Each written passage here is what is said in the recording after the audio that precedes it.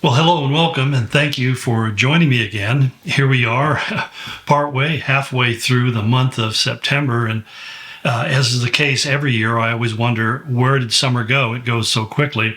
And that's part of the reason is because when winter comes, come January, February, and there, when it gets really cold, it seems like time crawls and the winter lasts forever, mainly because it's so dark and cold most of the time. So I have to admit, I hate seeing the sunshine go away. In fact, I was just reading in Ecclesiastes where Solomon said that sunshine was beautiful. So that's where I'm biblically approaching this issue. Hey, last week, we left off on Friday by really kind of dipping our big toe into a pretty large pool of water and dealing with, as Paul begins to address, issues of the end times. And he told us in verse 1 that the end times would be terrible times. And we'll talk a little bit more about what he meant by that and how it comes into play. In fact, I think over the next few weeks, we're going to be really looking at really just the next 4 or 5 verses, because in those verses, Paul lists something of 20 different characteristics. We might call them personality traits or personality flaws that will be kind of emblematic of the way people are in the end times. And particularly, I give it a psychological label, even though Paul didn't use it. Having a psychological label doesn't make it real. It just helps us to more quickly define what exactly we're talking about.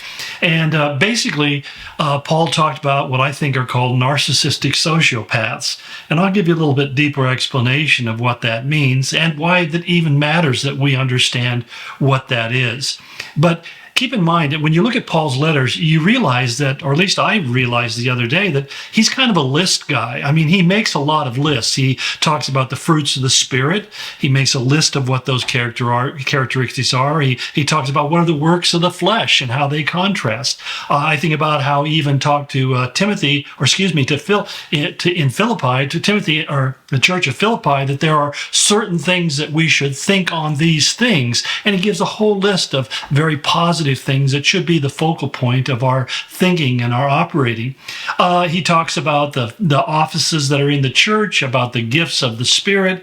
He even makes a list in 1 Corinthians 6 of those who will not inherit the kingdom of God. He talks in Ephesians chapter 4 about the pathway of bitterness, and he lists all the things that happen when we become bitter and resentful. So Paul very characteristically goes into quite a bit of alliteration, if you will, to help us understand and define very clearly what's taking place in our world, what we're dealing with, and how we need to approach different things that will come up in life. But I think that the most chilling list that he has is this one here in chapter 3, beginning in verse 2, actually, where he lists some 20 behavioral characteristics, and none of them are positives, that really will mark out the behavior, or I'd say the psychological pathology. Pathology means kind of like a recurring disease that you have, something that will kill you. Well, psychologically, these are pathologies or behaviors that are toxic, not only for the person who is captured by them, but also for the people who come into their circle or their web. In fact, that's why at the end of all this, Paul says very clearly, avoid these people. In other words, put space between you. And we'll, even when we get to that point, talk about how do we apply that to our own life. Because I think what you're going to discover as we go through these, that there are people in your circle, in your life, in your family, who are really marked by these kind of characteristics. And that becomes really, really challenging.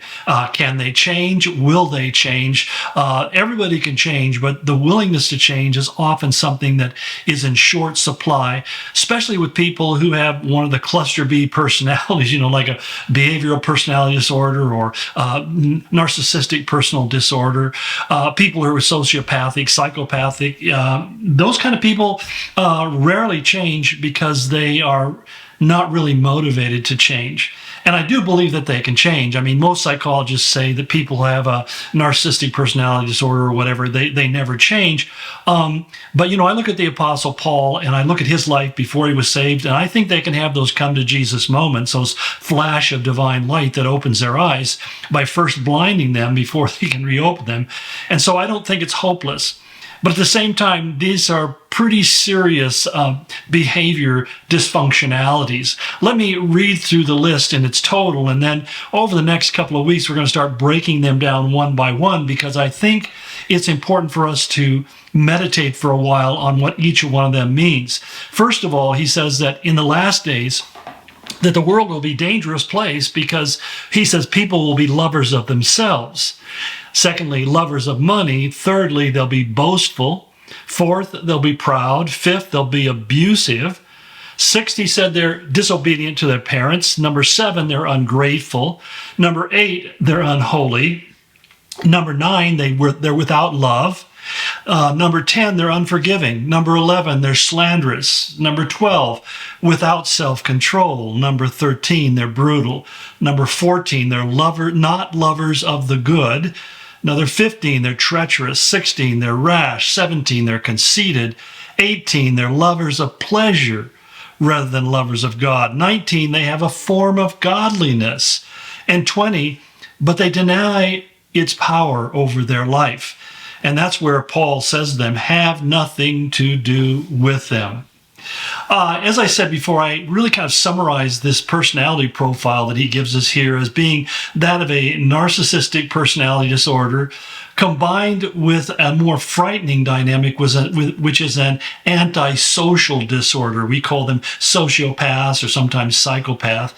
And keep in mind, when psychologists and psychiatrists use these terms, they're not as fixed as we might think. It's kind of like when I go to the doctor and I say I'm not feeling well, and he says, well, you've got COVID or the flu or some other malady. I mean, it's pretty fixed. They can tell you exactly what's making you feel so bad. But these things are kind of interesting because they individuate. Each person will display these behaviors in a way unique to them. Because each of us are unique, we'll express them in unique ways. But basically, I've summarized by calling them narcissistic sociopaths, and that's kind of with a red flag warning. Even in my notes that I'm looking at right now, I've got it in bright, bold red letters, because they're people you want to stay away from, and it will be the prevailing personality type of people in the last days. And that's why Paul says to us, those last days will be terrible. It's interesting, halipos, the word that he uses here is terrible, means hard to take, hard to bear. They're troublesome, they're dangerous, they're harsh, they're furious, they're fierce, they're savage, they're grievous.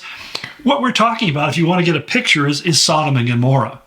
When you look at the city of Sodom and Gomorrah, there is absolutely no redeeming aspect of that community. That's why God destroyed it. In fact, he said to Lot, if you can find 10 people who don't fall into this profile, then I'll spare the city. And I think the profile was really along the lines of what we just read. And the problem was that Lot couldn't find them. In fact, the only ones he could find were his own immediate family members. So even the young men who were engaged to marry his daughters were of the same profile. And we kind of wonder if it's just pure grace that his daughters survived because of their later behavior, as we see the wife perish because she loved the life that she had in Sodom and mourned to lose it. And so you can see how this, when you're around these kind of people, it can be incredibly infectious and how it can be very, very corrupting. Well, you might be asking the question at this point is, why are we going to focus on this stuff? And I anticipated that question. So here's 3 things that I thought of. The first one is, as we go through each of these characteristics, it's really important that we examine ourselves. As Paul said to the Corinthians, to examine ourselves to see whether we're in the faith. And of course, David said in Psalm 139, search me, O God, and know my heart, and help me to see if there's any wicked way inside of me. And I think that's where, as we go through each of these, I think you're going to find that there are parts and parcels of every one of these negative behaviors or attitudes that live inside of you. And that's because all of us struggle with things like narcissism to a degree. In fact, if you were to create a kind of a grid, you'd have on one hand, you'd have narcissistic personality disorder. On the other hand, you'd have a codependent personality disorder. And a codependent is a person who always is trying to please other people because they don't have confidence to believe in their own ability to be right about anything. And so they just become compliant all the time. And narcissistic people love codependent people. And in marriages, narcissistic people will go search out and find a very codependent personality because they hate being challenged. And so all of us are somewhere on that scale. If we were to have a 1 to 10 list, we could say, what degree am I narcissistic and to what degree am I codependent? And obviously, the place where you want to be is right in the center, where you have a clear enough sense of your own value and worth in the eyes of God and His purpose and design for you that you feel good about yourself, that you wake up in the morning and feel like I have meaning, I have purpose, and what I'm going to do is going to make a difference, not only in time, but also for eternity. On the other side, you need to have the balance of saying, but in my flesh dwells no good thing. So I have these two parts of my person that I live with. One is the Spirit of God that is all good, and then there's the works of the flesh which never lead to good things. And so these things are kept in tension all the time, hopefully, within my life. And the hope is that I can keep my flesh in submission to the Spirit of God so that what prevails, what leads with my life is my flesh. Or excuse me, what leads with my life is my spirit, not my flesh. And when we talk about people who are given over to narcissism, they lead with their flesh. And the more they lead with the flesh, the more narcissistic they become.